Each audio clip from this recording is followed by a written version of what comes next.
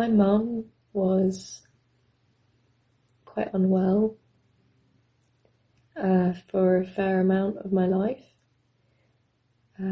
She really struggled with her hips. She had a hip replacement when I was in primary school, which I found really hard. And then she had another hip replacement at the end of school. And that's really when my anxiety really started, when I was at school and seeing her in hospital, seeing her in a lot of pain, was really stressful. When I was in college, I started having panic attacks. I was just a very nervous, paranoid person. And my mum was then diagnosed with cancer. I already had felt very overwhelmed with being in a new environment, new friends, new workload, new job. And then my mum was unwell again, but this time 10 times worse. And I just felt so overwhelmed by panic.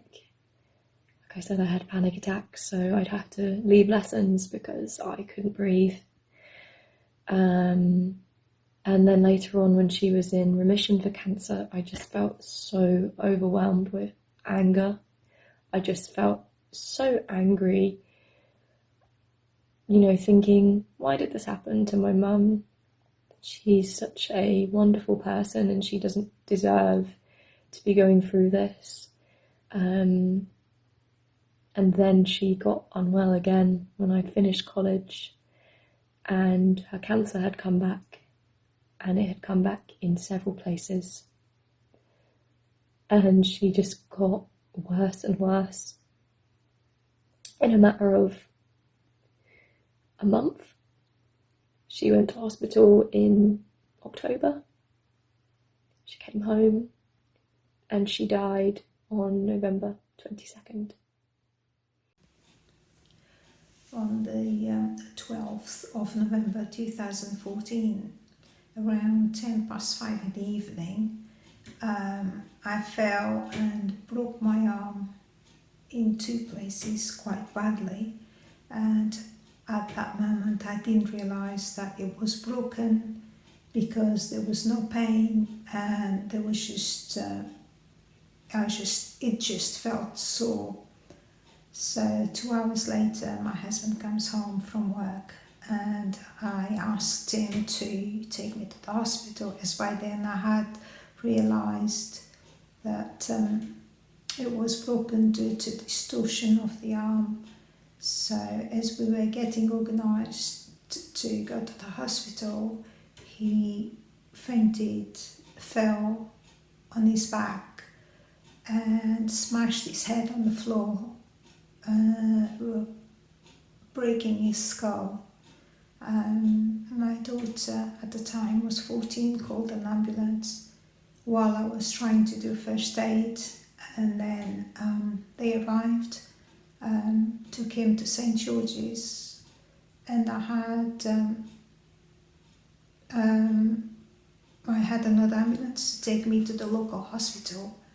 And that was just so horrendous that the worst moment of my husband's life, I was not able to be with him as I was being looked after as well in another hospital. So the doctor that attended Tim came back and told me that his chances were 50-50 of surviving. But unfortunately, he never did.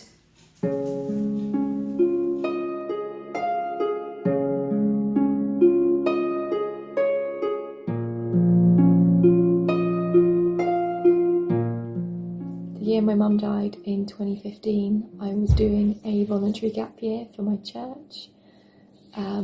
It was such a blessing to be surrounded by people who supported me, prayed for me, and really inputted into my life.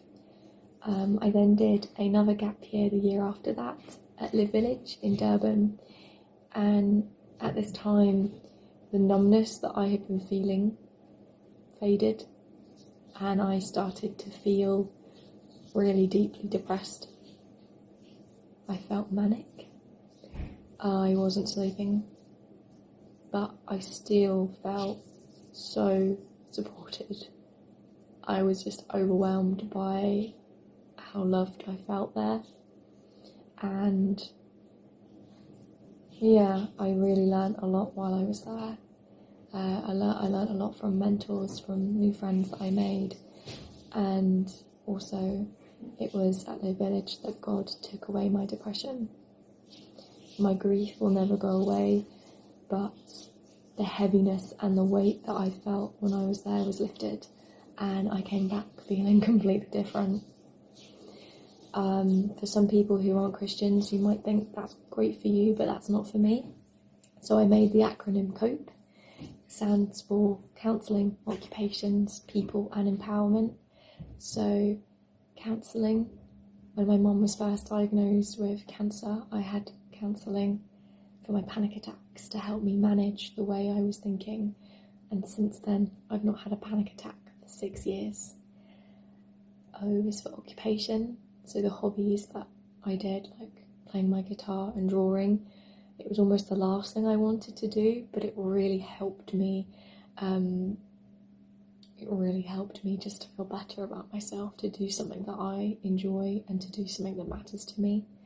P stands for people, and I really had to make lots of decisions about, the support that I had around me, and deciding, are the people around me cheering me on, or are they bringing me down?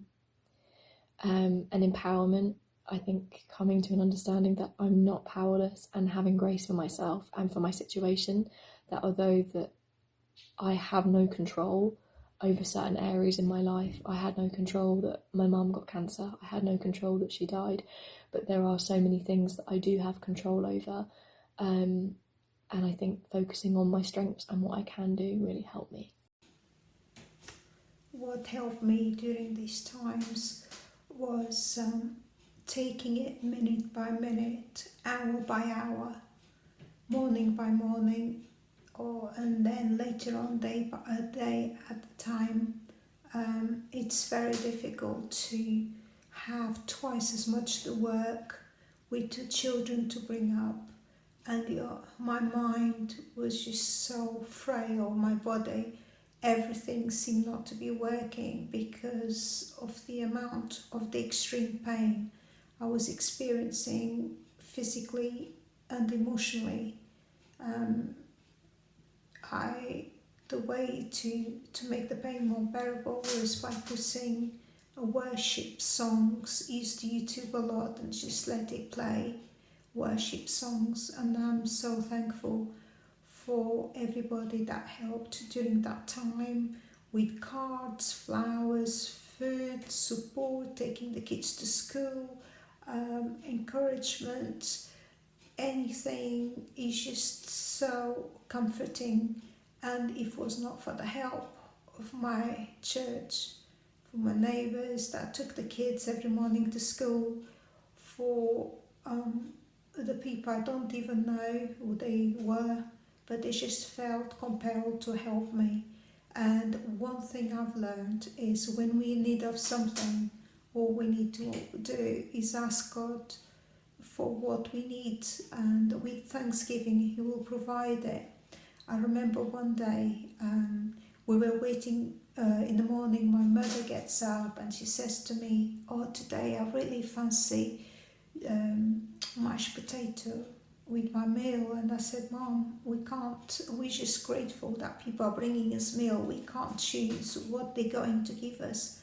And on that very day, someone brought mashed potato. Even little things that we needed, I needed, when I prayed, God would provide everything. There was nothing but nothing that I needed and God didn't provide, even to the little things that are such major things when you go through a trial. I wanted a very nice box to keep all the cards that we were given, the sympathy cards, and I pray, God, I really need an icebox. And on that day, someone brought me an icebox, not just a box, but as I opened it, there were some homemade biscuits, which were very delicious. So I had a box to keep all the cards, and I could go on and on and on how God has provided for me and my kids. Is just unbelievable. His goodness, His faithfulness, and I don't know how I would have coped without God in my life, without my brothers and sisters, without the people that He sent me to look after me and to look after my children.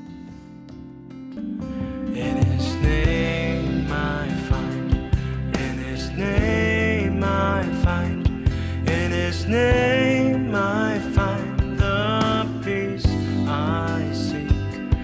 In His name I find, in His name I find, in His name I find the joy I seek.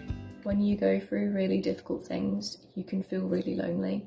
So the one thing I'd like to say is that you are never alone and that you are so loved.